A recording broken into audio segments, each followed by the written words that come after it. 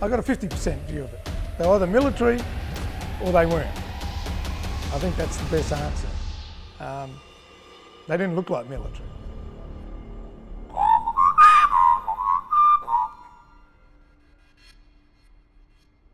Yeah, look, ever since I can remember, I wanted to fly.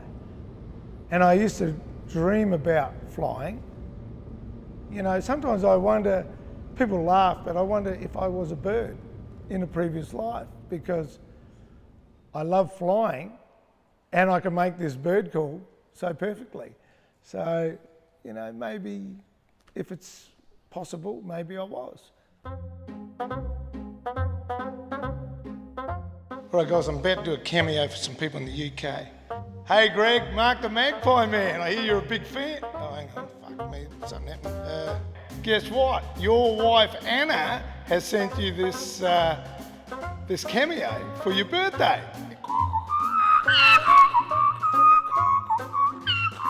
There you go. Happy birthday, Greg. So what do you want me to say again? So my name's Mark Muscat. Yeah. Just to me. Yeah. Okay. You know, I've been a pilot for 32 years, but you guys probably know me as the Magpie. All right. G'day, guys. My name's Mark Muscat. I've been a pilot since 1980, which is 41 years. And I'm also the Magpie Man. Yeah, it's funny. I was in lockdown, like a lot of us, at home. I was watching Instagram, and John Travolta come up. And he said, my son has changed his TikTok name to Ben_Travolta, blah, blah. And I thought, what's TikTok? So I Googled it, I joined it. So then I thought, okay, what can I do that's different? And I thought, I'll do the magpie call. And I held the phone up and I went, I talk to magpies. And next minute, my nephew's ringing me saying I'm on Brown Cardigan, and I'm going, what's that? Which is a big meme site. All the radio stations start ringing me, TV, you name it.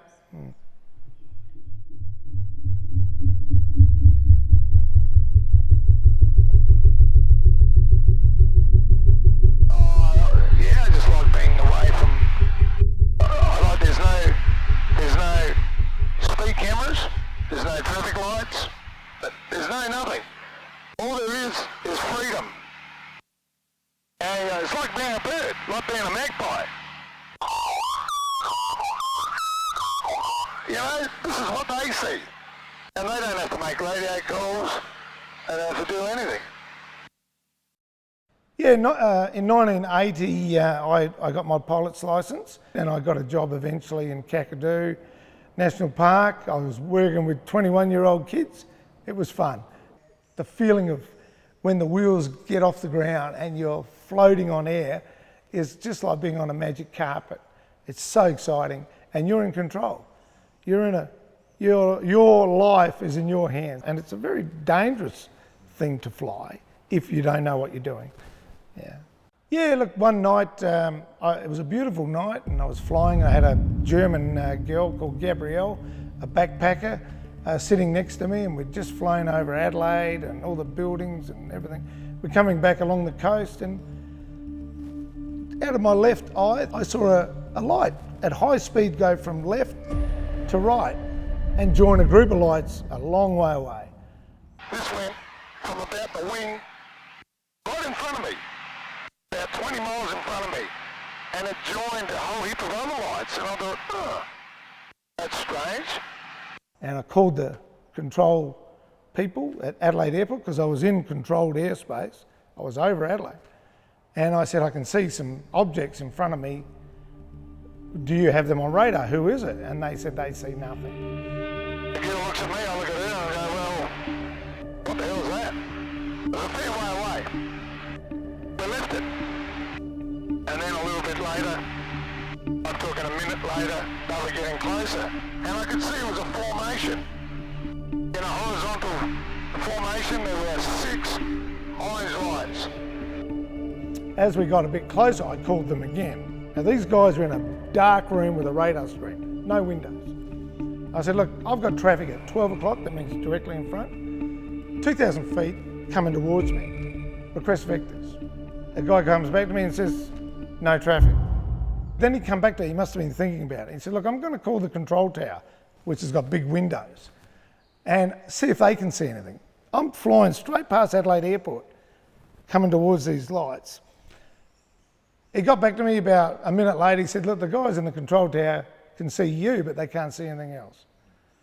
And we thought that was strange because these lights are getting closer. They're in formation, horizontal, coming towards, a little bit of a bobbing. I'm thinking, is that missiles? Basically, I set myself up ready to impact these flying things or manoeuvre around them at the last minute. And in preparation, I decided to put my landing light on. And instead of putting the landing light on, I hit the switch that turned the lights off. But the objects could still see me because as we got close and I grabbed hold of the controls, they formed a formation. They went from a horizontal, they went out, three there, and I flew straight through them. And they flew by, and the lights of the city, they darkened, even though they were glowing. And on the left where the sea was, it was so bright, it lit my face up. And they were only where that wall is from the wing, so close. And then they disappeared. I called the Weather Bureau, and they actually directed me to a guy called Colin Norris, who was a phenomena expert. I rang him, and I said, look, I'm sorry to ring so late, because by this time it's 11 o'clock at night. I said, I've just had an encounter with foreign objects in the air. And he said, stop. He said, my phone has not stopped ringing. It's been going, hundreds of people are ringing me saying they saw a plane disappear into a formation of an aeroplane, flying objects. It didn't disappear, I turned the lights off. So that's funny, the tower didn't see it, the controller couldn't see it on radar, yet hundreds of people, police, families, whatever, saw it all from the ground.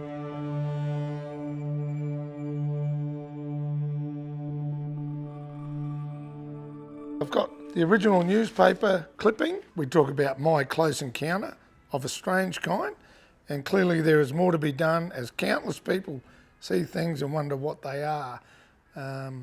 So yeah, that's me. I was 37 years old back then, and I drew a bit of a mud map to show where it was. It was over Semaphore actually. It was pretty much over the jetty when we passed, and we're in relation to Adelaide Airport and the Lefevre Peninsula. So all that's there, and as I said, a bit of Tony Modra from the Crows back there when he was only a young fella. This was a magazine. I feature sort of towards the back there, but they're talking to politicians and various other things because they regarded me as a special South Australian.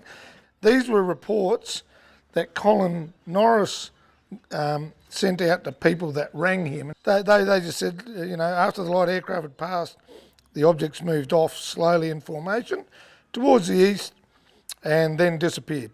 And I stood in the backyard alone for a few minutes, almost transfixed, before getting excited and then calling my fiancée to come and see.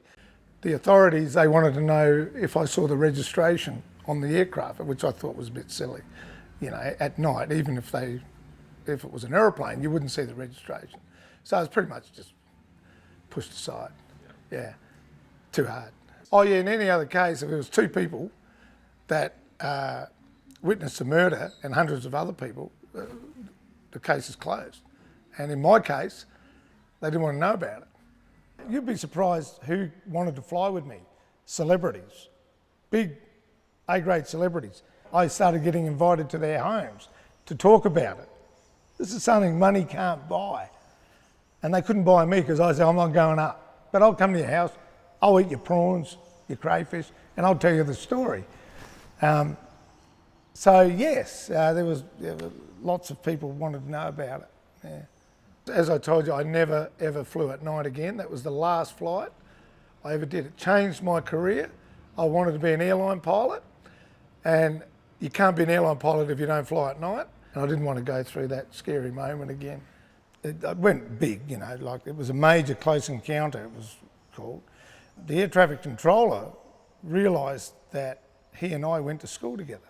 And he approached my sister and told her that he actually saw them, but they weren't sure what they were on the radar, so they don't normally talk about it.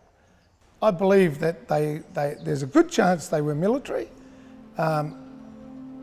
or I got a 50% view of it. They were either military or they weren't. I think that's the best answer. They didn't look like military.